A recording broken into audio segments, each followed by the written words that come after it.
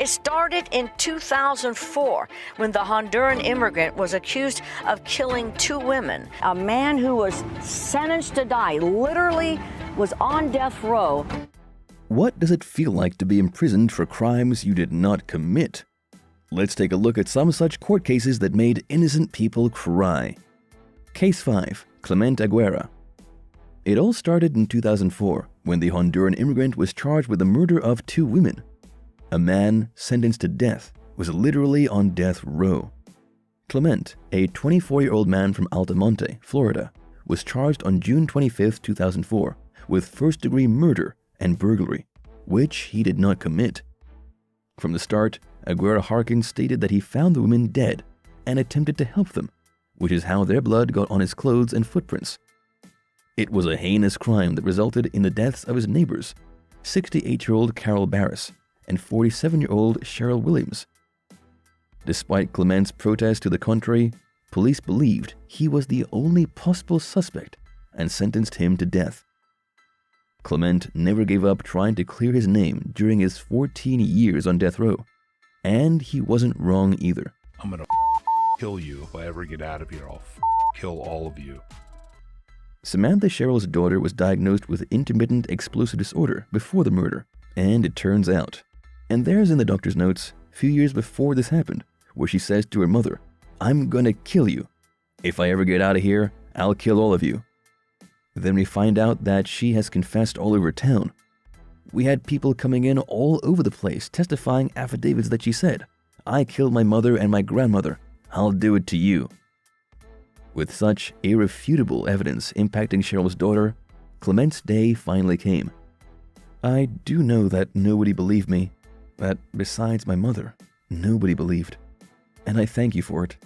I do know that nobody believed me back then. No way. Besides my mother, nobody believed me. And I thank you for it. From the bottom of my heart. But today is a brighter day, a new day, and I got good hopes for the future. He held back tears and immediately headed towards friends and family to celebrate. Case 4. Richard Jones. Richard Jones was imprisoned for 17 years for a robbery he did not commit. Every eyewitness to the crime, however, identified him as a suspect. So, how could Jones be innocent when everyone saw him do it? Jones was charged with aggravated robbery nearly 20 years ago in Kansas City, Kansas, after allegedly attempting to steal a purse in a parking lot. Jones had provided an alibi, and there was no physical evidence linking him to the crime. The victim described the suspect as thin to medium build, tanned, and with dark hair pulled back. Jones was identified from a photo lineup of 6 mugshots. He was imprisoned as a result of his eyewitness testimony. No DNA, no physical evidence, and a solid alibi were all defeated when the victim chose Richard from a lineup. It was said to be picture perfect. Jones contacted the Midwest Innocence Project after serving 15 years in prison. The Innocence Project assisted him in finding that man. People's minds were blown away when they did. During that visit, Mr. Jones actually said to the students, "I keep getting mistaken for this guy named Ricky Amos." Jones and Amos had never met until a hearing when witnesses admitted they couldn't tell the two apart. Jones was ordered released by the judge. The judge recognized that an injustice had occurred.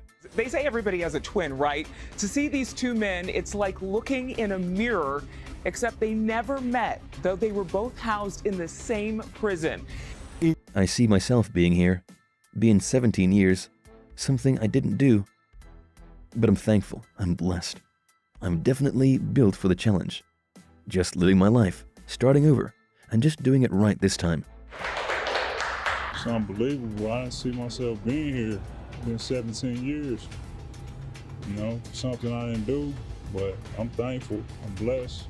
I'm definitely built for the challenge, you know, just living my life, starting over. And Case 3. Kevin Strickland.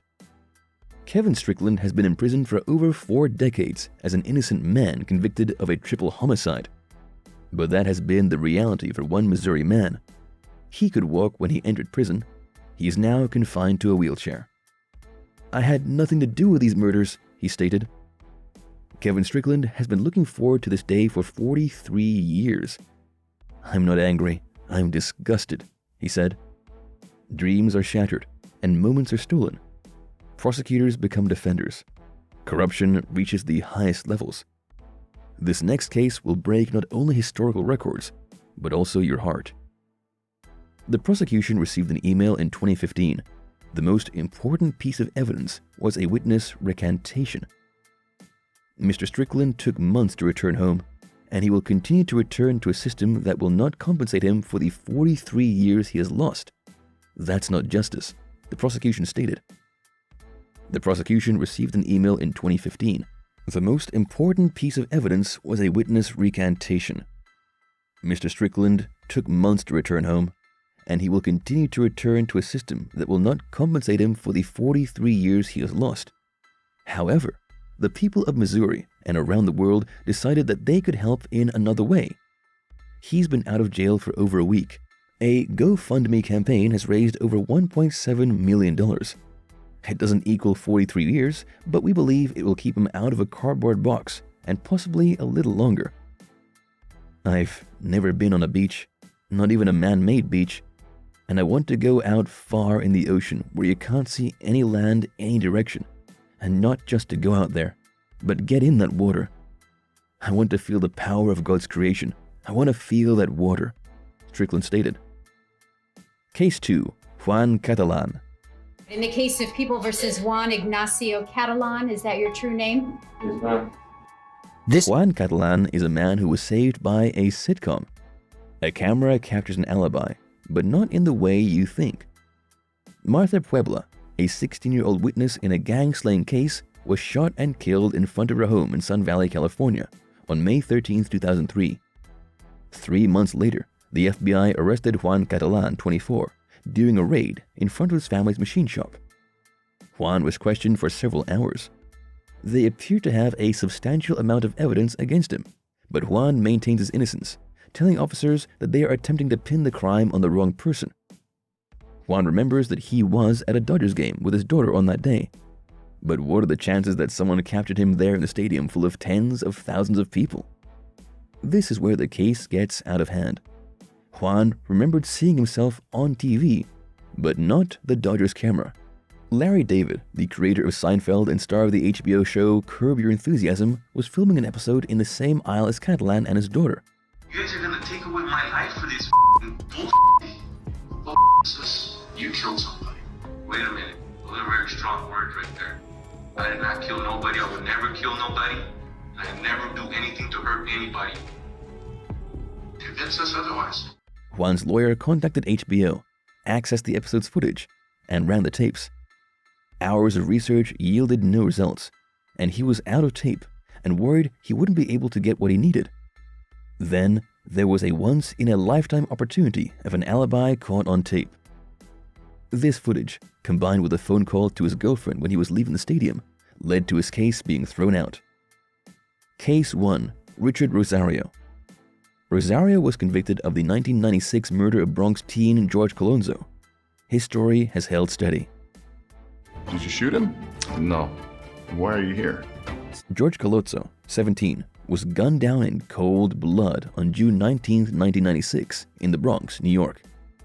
His friend and a food cart owner who witnessed the murder were asked to look through a lineup of photos 2 weeks later. They both chose the same man, 20-year-old Richard Rosario, who was in Florida State at the time of the murder. Rosario had no idea he was now a wanted man. He received a call from his family informing him that the NYPD wants him. As soon as my mother told me, and I spoke to my sister, I spoke to my wife, and I found this out, I just came back. But not to his expectations. Within hours, he was handcuffed and arrested as the sole suspect in Colazzo's murder. He turned himself in that night and gave police a statement in which he named 13 people who said could confirm his presence in Florida. He also provided them with a copy of his bus tickets, proving that he had taken a Greyhound bus from Florida. So, if detectives were given the names, addresses, and phone numbers of people who could have located Rosario in Florida on the day of the murder, how did the jury convict him 2 years later?